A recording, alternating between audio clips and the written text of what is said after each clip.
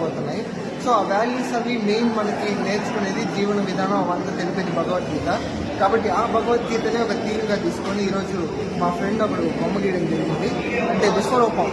శ్రీకృష్ణుడు అర్జునుడికి భగవద్గీత చెప్పే క్రమంలో తన విశ్వరూపాన్ని మొత్తాన్ని కూడా అర్జునుడికి చూపిస్తాడు. కాబట్టి ఆ విశ్వరూపాన్ని ఈరోజు మా వాళ్ళు గీయడం జరిగింది. కాబట్టి ఆ విశ్వరూపంతో పాటు చుట్టుపక్కల కూడా పాటు ఏవైతే ఈరోజు మన విద్యార్థులుగా అలాగే ఒక సామాజిక అంటే మన ఈ సమాజంలో బతుకుతున్న ఒక పౌరుడిగా మనకి ఏవైతే వాల్యూస్ కావాలో అవన్నీ ఏదైతే ఆయన కృష్ణుడు భగవద్గీతలో చెప్తాడో అవన్నీ మేము ఆ బొమ్మ చుట్టుపక్కల మేము తెలుగులో స్వచ్ఛమైన తెలుగులో కూడా మేము రాసాము. కాబట్టి మీరు దాన్ని చూసి ఆనందించవచ్చు.